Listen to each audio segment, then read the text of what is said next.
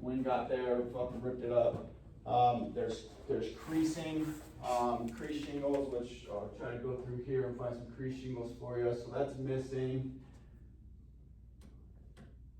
So I mean, look at this roof. You know, he had shingles fucking everywhere, dude. This all got blown up from the backside though.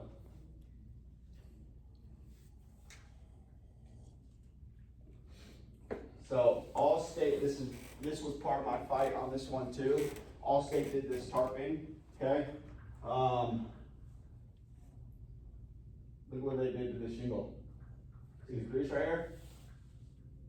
Do you see it? Yeah. You guys see it? Yeah. So that's creasing.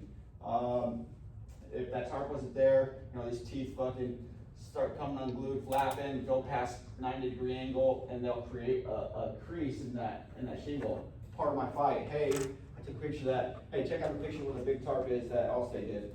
I told this to the adjuster. Look what they did. What if They they try changed the shingle. What if they say that you did it? They try to say that. Well, they can't, because Allstate went out there and did that. I didn't fuck with that. It's nailed down. Allstate nailed this down. Yeah. No, but like, what if they say you after they repaired it like that, you intentionally went up there and tried to? What if they try to say that? I'm sure they took pictures of the roof after they. Yeah. Yeah. So it's all on like pictures, right? They go up there, they take overviews and all that stuff. You know, for me, I keep my hands clean. Yeah. So I don't give a fuck if they say that, right? Because I didn't do that. And they can fucking banter, they can say all that shit. You know, they can talk all they want until you get a subrogation claim on you, which is insurance saying that you fucking caused damage. Bro, they can talk all they want, you know. But What's it called again? subrogation. Subrogation. Yeah. Subrogation? Subrogation. And they put a claim on the PM?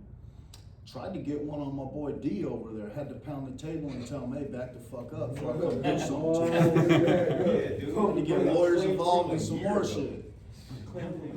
So here's a crease shingle. No shit, huh? Is So there a vacuum? that's a crease shingle from wind damage. That's what it does to the shingle, right? Bro, it looks like nothing. We're just like, because we're so focused on hail that, and all my claims real quick, out there in Utah, this ain't gonna happen because there's no storm date. Hail and wind. I don't give a fuck if there is no hail, and if there's just wind. Doing both I'm doing anyways. hail and wind. Told you, Landon. Hail and wind, every fucking time. On that one in fuck on Monday. With data discovery. There was no hail. Brought to you by I know, Drew you Nyers just said himself. I said do it for hail and wind. So hail and wind, dude, every time, I don't give a shit if the swath's 3 miles away, or the hail swath's 3 miles away. 3 years away. 3 years away. Bro, because insurance is, and I didn't believe this, Drew preaches this all the time, I didn't believe it, and I just started trying it, dude, and my approval ratings went up. And data discovery, what that, so using data discovery, what that does is bounce the ball back in the insurance's court, where we're not married to a date. There's I just say there's too many storms to really pinpoint where the damage came from. I can't really tell. So I'd like to use data discovery. They're gonna ask you, well, what day is that? I'm gonna say today, because today is the day that I did the inspection. And I reiterate, I'm not saying today's the day that the storm happened. I'm saying today's the day that I discovered the damage. What do they still put that down? Please put that in the notes.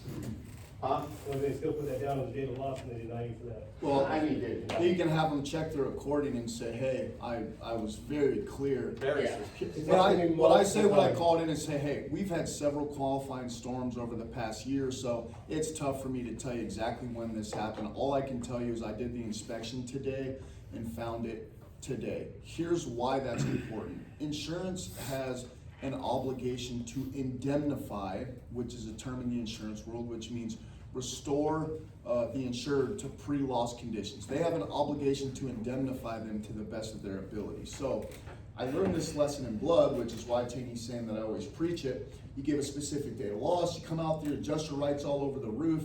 You're like, yes, the adjustment was great. You're waiting for a scope to come back, only to find out that they say, hey, we think there's damage up there. We don't like the date that you put, right? So then they disqualify you on your date of loss. when you give date of discovery and there's damage on the roof, it puts the onus on the insurance company to fulfill that obligation to indemnify the insured to pre-loss conditions to the best of their ability by identifying the storm date that matches the damage found on the roof. And some of the insurance companies use different weather systems than we have, CoreLogic and some other stuff, and there's even fictitious dates in there. So whenever you use date of discovery and there's damage on the roof and they find it, it puts the onus on them to search their database and see and find the date that works for them. So just a little nugget for some of the newer guys too. So you gotta think some of these insurance adjusters have been doing this for 10, 20, 30 years. I had a State Farm dude come on, said he worked for him doing it for 43 years, and he still denied the roof from that big microburst in Tempe, blew the homeowner's AC off the roof, until we finally took it to appraisal, and then I got a call like a week later, they're like, okay, we're gonna buy the roof. He had a hole in his decking Yeah. from the AC unit getting blown over and falling onto his shingle. But A essentially, hole. they've been doing this It's for, not storm related. We're dying in the clean. they're probably, since they've been doing this for decades, they're probably gonna see stuff that we don't see because, Yeah. experience. Experience, they're going out to different markets, they might be cat adjusters, they're seeing real big hail damage, where people can get damaged with circles like this from impacts. Out here in Arizona, we're looking for, inch That's max. coming over, that's not helpful. But we're out in Arizona, dude, always file wind and hail.